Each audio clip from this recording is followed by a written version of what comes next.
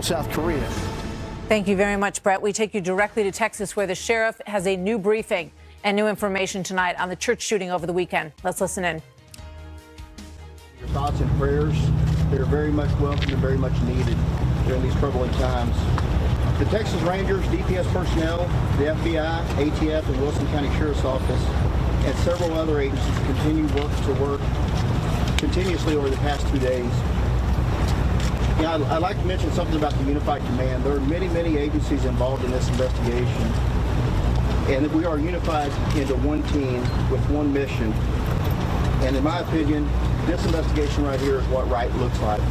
Every agency has their own expertise, and we're using that expertise to do a very, very thorough investigation.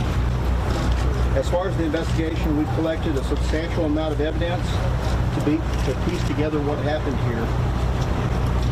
Bodies have been removed and transported to the medical examiner's office for autopsy. A substantial amount of evidence, physical evidence, has been collected, including hundreds of shell cases, more than 15 magazines, 30-round capacity magazines have been recovered.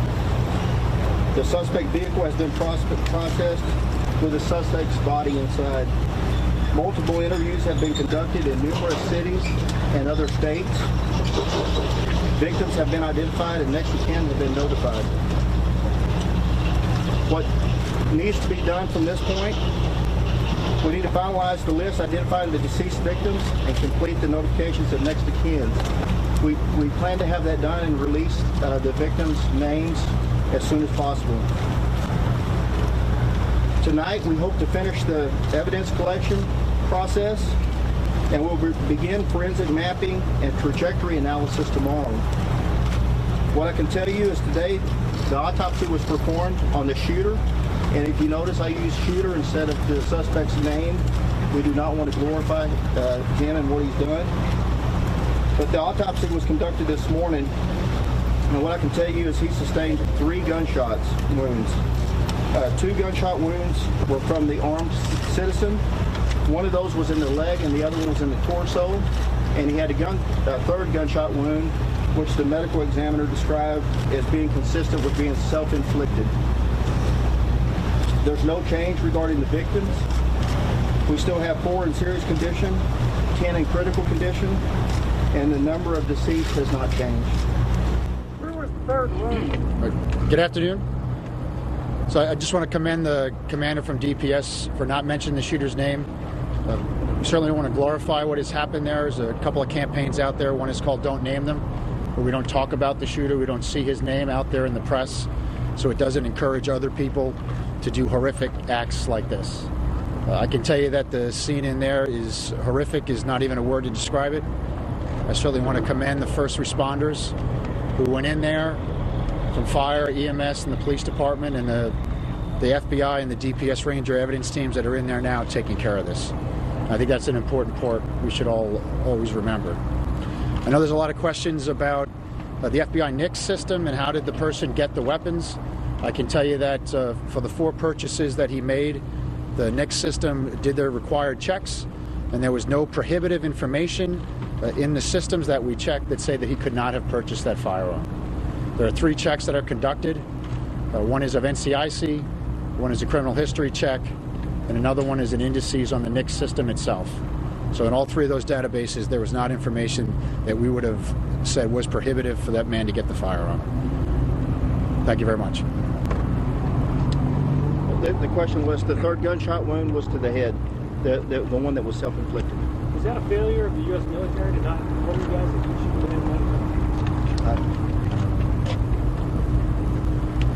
been So obviously, everybody's taking a look at what happened there. I believe the Air Force released a statement about 30 minutes ago, so we're working with them to try to figure out what happened there. Sir, was the shooter's grandmother-in-law among the victims? I'm sorry? Sir, was the shooter's grandmother-in-law among the victims? She was not. Was he fired from the Army? I'm sorry, I couldn't. Was he fired from the Army? Can you answer that? We know he was released from the Army, and we'd have to refer to the Air Force on that. It was the Air Force. That's Where was the self-inflicted gunshot inflicted? To the head. There have been unconfirmed reports that the suspect may have taken a hostage in the car. It's been floating around on CNN and other outlets. Can you lend any truth to that? That is not confirmed. That's not true. Detective Cruz today mentioned apparently he thought that the shooter might have attended the same church. Untrue? I'm not aware of the shooter attending this church. He had family members that attended. His spouse attended this church. Sergeant Major, did you say that the grandmother-in-law was not? Oh, the grandmother-in-law? We're not aware of that at this time. Sir, earlier you told us that the suspect had called his father. Can you expand on that conversation a little bit and tell us if the family's been cooperative and if you're interviewing them? They have been cooperative, and I really can't expand on that because of that cooperation and communications, and out of respect for them. One of the victims was reportedly pregnant. Will that change the number of murder counts charged? That number was included. Was this intended one of the to be a victims revenge was pregnant. shooting? I'm sorry? Was this intended to be a revenge shooting? The in-laws that came to the church regularly? I can't comment further on that. Can you go more? We know there was conflict between the families, Yes, sir. and whether that was revenge or not, it would be speculation on my part.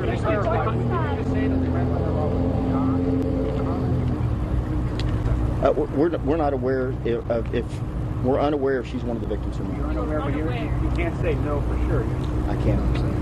Sir, can you speak to the messages that the shooter sent to his mother-in-law? I can't. The phones are being explored at this time, and I don't have that information. Officer, if the crime was not racial, not religious motivated, can we say right now that he came to kill the mother-in-law? There are many ways that he could have taken care of the mother-in-law without coming with 15 loaded magazines and an assault rifle to a church. I think he came here with a purpose and a mission, and I have, that's my. How many magazines? Can you clarify the weaponry? I'm sorry? How many magazines? You said 15 earlier. You said 4. There were 15 magazines collected here at the crime scene. And how many were empty? How many of those magazines were empty? All of them. Thank you for coming out, ladies and gentlemen. That'll be the last question. We will have a briefing for you tomorrow. Continue to follow us on Twitter, and we will also through email as well. Thank you. A lot of new information there this evening as we continue to move through this unbelievably awful story that unfolded in a Baptist church in a small town in Texas over the weekend. Fox's Matt Finn is in Sutherland Springs, Texas, to wrap up what we learned here and what we have learned so far tonight in this story. Good evening, Matt. Good evening, Martha. Well, we just learned, according to authorities, that there was an autopsy performed on the shooter and that the shooter sustained 3 gunshot wounds, 1 to the head, which the medical examiner said was self-inflicted. You heard authorities there not choosing to name the shooter. They say they do not want to glorify him, and that Megyn Kelly, the shooter, purchased 4 guns, and that all of those purchases were done properly with background checks, and that there was no information in any national systems that would have prevented the shooter from purchasing the guns, which makes sense with some of the information we learned just a short while ago, which is that the U.S. Air Force did not report the shooter's criminal records to the FBI as required by Pentagon rules, potentially making it much easier for the shooter to pass background checks and purchase these guns. Late today, a sporting goods store in San Antonio released a statement, Academy Sports, saying that it had sold a gun to the shooter in 2016 and 2017, and that there he passed all the criminal background checks, which raises a lot of questions as to why he was allowed to get his hands on these guns. We understand that Kelly, the shooter, was discharged from the U.S. Air Force for bad behavior. He was court-martialed and ultimately imprisoned for beating his wife and child, reportedly admitting to intentionally beating his child. So he was discharged from the U.S. Air Force. So a lot of questions tonight, Martha, why this man, who's being described as a monster, was able to get his hands on these guns that killed at least 26 innocent people in this church behind me, Martha. Right you are, Matt. A lot of questions about how he was able to get his hands on those guns, given his criminal background. That is supposed to be prevented by having a criminal record. So, Matt, thank you very much. We're going to talk about that part of the story in just a moment. But first, in terms of this horrific shooting and what it has done to this town of Sutherland Springs, Texas, is absolutely unfathomable. You have 8 people who were all across 3 generations of one family who were killed inside that First Baptist Church. They are Brian, his wife Carla, their son Danny, Noah, Danny's 17-month-old daughter, Crystal, the pregnant wife of another one of Brian and Carla's sons, and 3 of Crystal's 5 children, Emily, Megyn, and Greg. Joining me now is David Gilvler. He is a family friend of the Holcombs, and he started a GoFundMe page to raise some money for the family to help them deal with the funerals and with the future. David, I cannot imagine. You look at that picture of that absolutely beautiful family and the remaining members of that family who have to deal with this unfathomable loss. Tell us about these people. Well, I want you to know that John is a stand-up, solid guy. And I worked with him in the late 90s. I'm an engineer, and John is an IT guy. And he gave us tremendous support at the firms that we worked at together here in San Antonio. And after we went in different directions, we kept in touch. John is a man of faith. He is motivated in everything that he does by what he believes. He seeks to love God and love people with every single thing that he does. And John found a wonderful woman to marry, Crystal. Crystal was a widow with 5 children.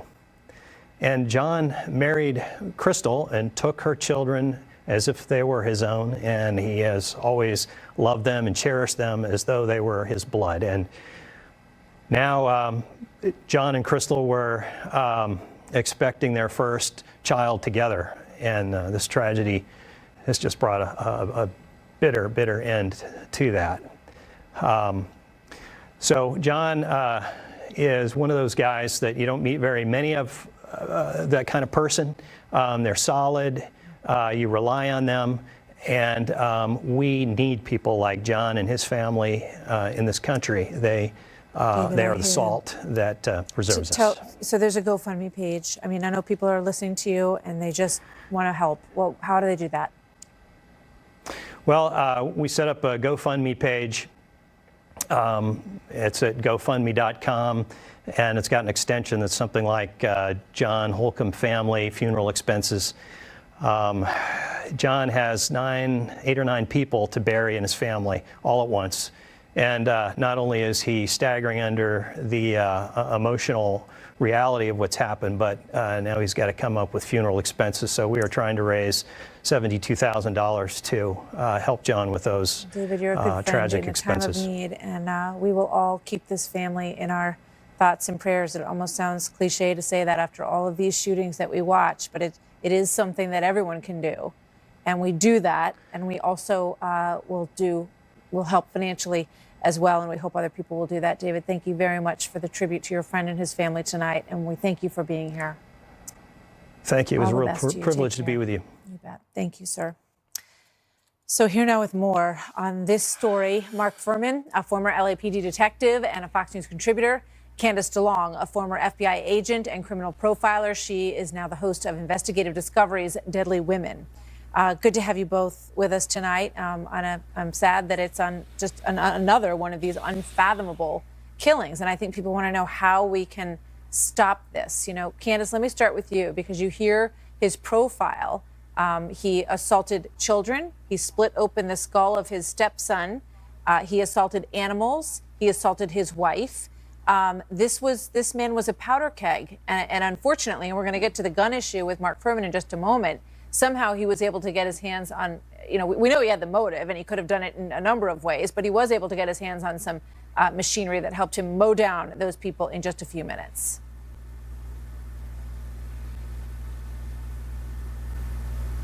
Candace, tell me what you think about this man. Oh, I'm sorry. That's okay. Well, it looks like he's a hothead whose answer to solving any problem he had was violence.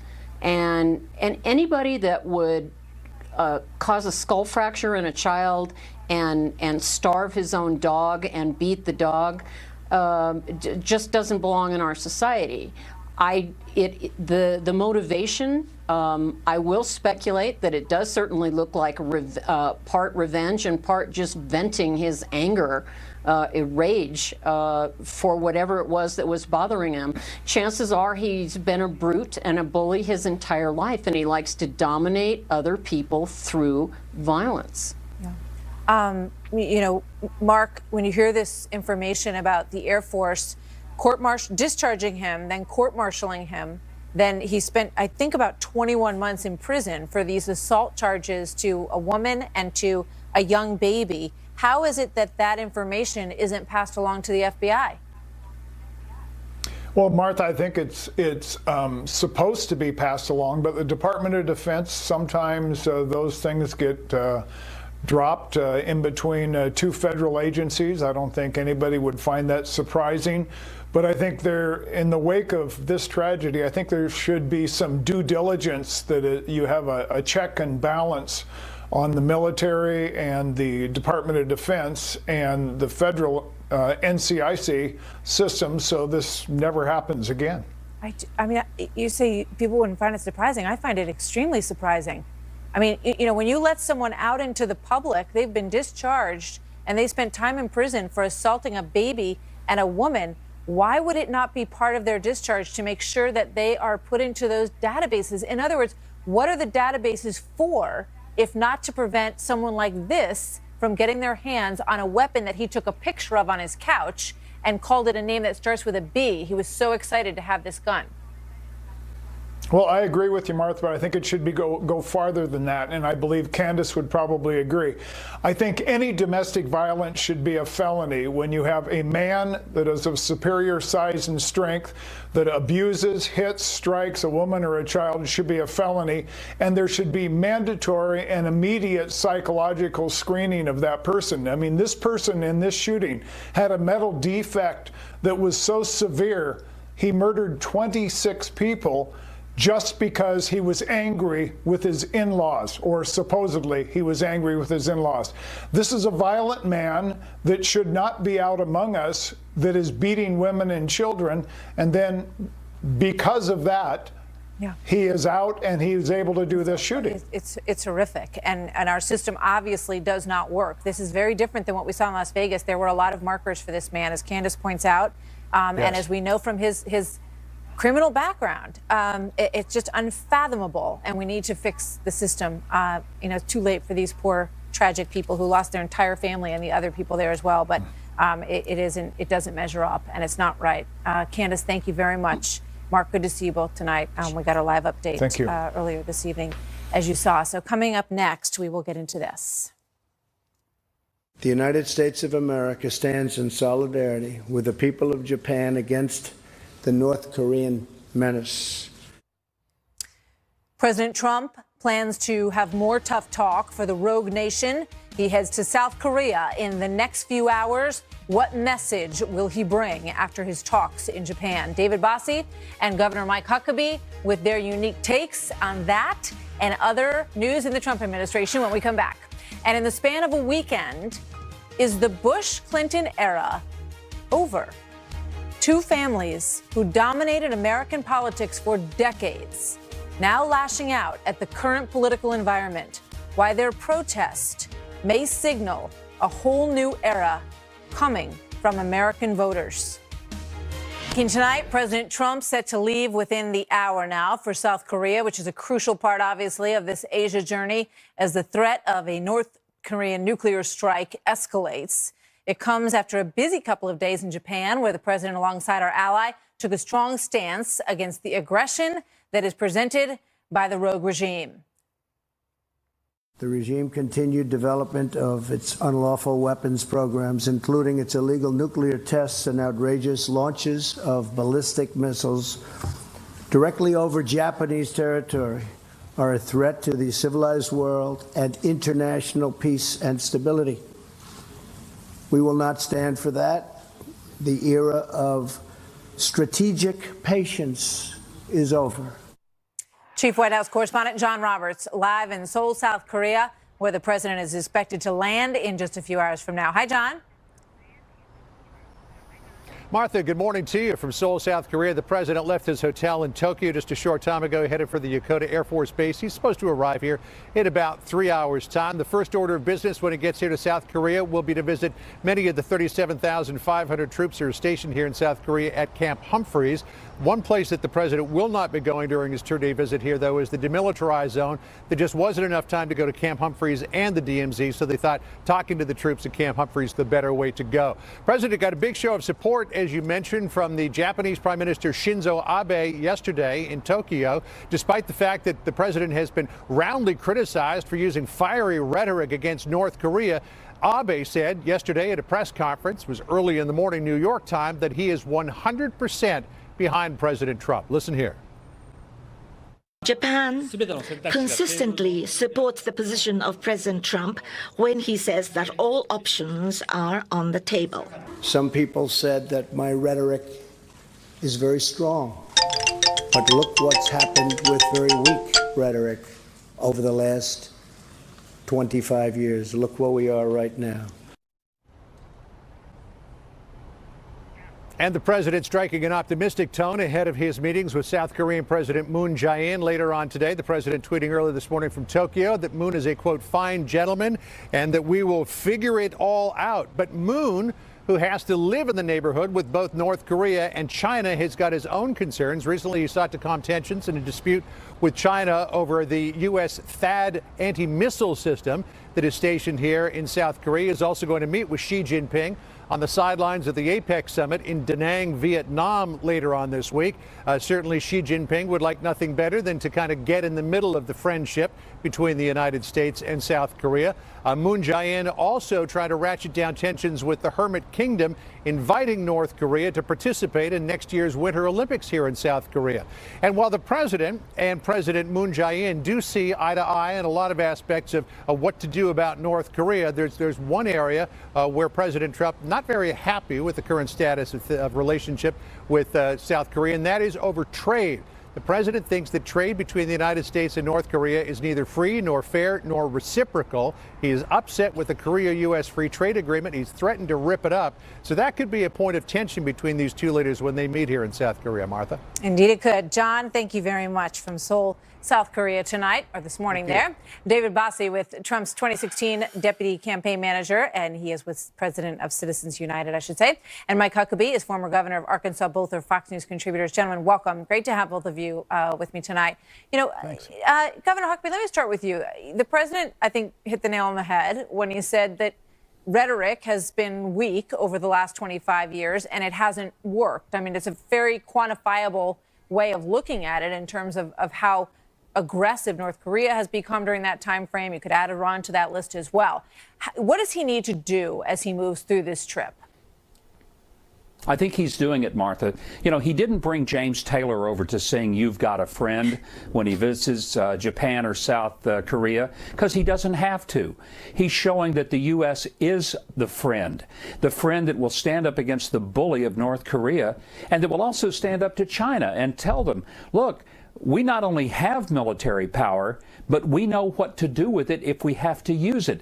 That is not a message that is commonly heard by either North Korea or China, certainly not during the 8 years of the Obama administration, when most of the time we were issuing apologies and we were backpedaling. This is a strategically important trip. I think the president is doing it in the order, intentionally going to Japan, South Korea, and then the rest of Asia. But the message is not just to the North Koreans. The message is to our friends. We're with you. But it's also to those either direct adversaries or those that could be, China and North Korea, and say, don't mess with us, because Donald Trump is saying, I've got a big boot and I'll put it in your butt if you mess with the United States.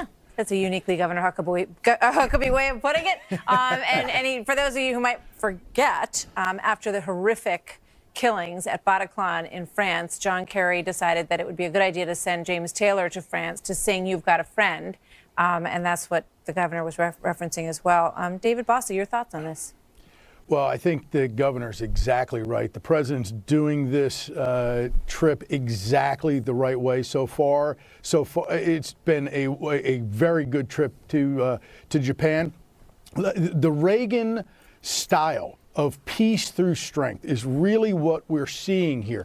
We're going back to peace through strength, which is what won us the Cold War, which got without firing a single shot. And that's what the American people need to hear. And that's what the world is now hearing, is that this president so cherishes the men and women in uniform and their blood and a treasure that we have to spend and expend when we fight wars, that we don't want to do that. He does not want to do that. So peace through strength is really so far, his way of telling his enemies there's going to be repercussions. Governor, just quickly before we go, here at home, the Trump administration is facing questions about Wilbur Ross, whether or not his businesses had ties to the Putin government. The Russia investigation continues apace, I guess. We wait for, whatever the substance is of that. How does the president handle this trip while all of that's going on back at home? I don't think he deals with it while he's overseas. He's got plenty on his plate. All of these are legitimate questions. They certainly deserve to be asked and answered, and they will be. But you got to remember, Wilbur Ross has already been through a very thorough vetting process, both in the Trump organization and then through the Senate confirmation. So, yes, all these questions are legitimate. They should be asked, but I don't think they're going to result in any big change in confidence that he has in the Commerce Secretary. All right, to be continued. David Bossie, thank you very much. Governor Huckabee, great to have both of you with us tonight on a busy night. Good to see you both. Thanks. So coming up next here, Donna Brazile, in her own words, on being handcuffed by the Clinton campaign. They told us to shut up and basically let them win the election. This as the GOP is witnessing a sea change of its own with a bombshell new book offering an uncensored look at the Bush family. It all begs the question, are the country's two ruling political parties gone as we know them? And as more sexual harassment claims emerge from Hollywood, some women saying it is rife on Capitol Hill as well. Former Congresswoman Mary Bono bravely detailing the disturbing sexual harassment that she claims she faced in her time in Washington and what she and others are doing to put a stop to it. Next, she joins me. I know what it's like to lie awake in bed at night wondering if... From former DNC chair Donna Brazile's bombshell book on the 2016 election. And she has not stopped talking since. She says that less than 2 months before the election, she seriously considered that she might have to replace Hillary Clinton because of her illnesses, and she saw her faint at the 9/11 ceremony. Then you've got at the other side of the aisle another political dynasty that is seemingly, perhaps, coming to an end because they are not aligned with the GOP presidency of President Trump. And George W. Bush says he fears that he could be the last Republican president. Joining me now, Mark Updegrove of the author of that new book, The Last Republicans Inside the Extraordinary Relationship Between George H.W. Bush and George W. Bush. Mark, good to have you here tonight. I mean, they are extraordinary men, and they have given an enormous service to this country in so many ways, from 9/11 all the way back to World War II. But it is interesting, that they are as such reserved people, that they are really so outspoken and so against this presidency. Well, I want to be clear that the revelations in my book, what they said about Donald Trump in my book was when he was a presidential candidate, not when he was president. I think that's an important distinction. But they didn't take it back. They didn't take it back, but by the same token, that's truly how they felt back in 2016. But I think it's very important to note that, because they would not be critical of a sitting president, Democrat or Republican. I think they respect the dignity of the office, and they wouldn't have compromised the president in that way. But, I mean, President Bush has recently spoken out about sort of the tenor of our politics, and he's spoken in veiled terms, but I think a lot of people interpreted it as a bit of a slam against this. And they're such hugely different types of people. They are. I mean, I think they just grate on each other. I think they're like oil and water, right? Or oil and vinegar. I think the Bushes are emblems of decency, humility, civility, the greater good. And I think that is very much in contrast in many respects with what we see from Donald Trump. Well, you know, I mean, there's the sort of other side of it in terms of the economy, in terms of what's happened in the world. And, you know, they're also seen by very conservative members of the Republican Party as big spenders, people who sort of allowed spending to get out of control in Washington. So, you know, politically, they're at odds with what GOP voters appear to want now. I think that's absolutely right. And the Bushes certainly respect the process. And in many ways, it's a repudiation of the kind of republicanism that they symbolized and implemented as president. You're absolutely right. But I do think that, you know, there are shifts in any party. Parties evolve, just as the country evolves. And in some ways, this party has to define what it is in the Trump era. Very interesting. We look forward to the book. Mark, thank you very much for talking with us tonight. Good to have you here. Thanks for having me. Joined now by Charlie Hurt, Washington Times political columnist and Fox News contributor, and Austin Goolsbee, former chief economic advisor to President Obama. Welcome to both of you. Good to have you here. Austin, let me start with you on the Democrat side. What do you make of this really strong lashing out against the party and against Hillary Clinton by Donna Brazile? Yeah, and then you saw the backlash, the Clinton people getting mad at Brazile and Brazile getting mad back at them. Look, I think that what's going on here is the Democrats lost an election that they really felt like they should win. And so everybody's kind of pointing the fingers. It was your fault. Well, it wasn't my fault. It was your fault. And I think that's what's playing out here. But I don't totally know. Yeah, I mean, but the Clintons are, I mean, they're done, right? They're finished. I mean, I can't imagine how they reemerge after this kind of scuffle and all of the, you know, the biography that she wrote, the most recent one. It's been rough for them.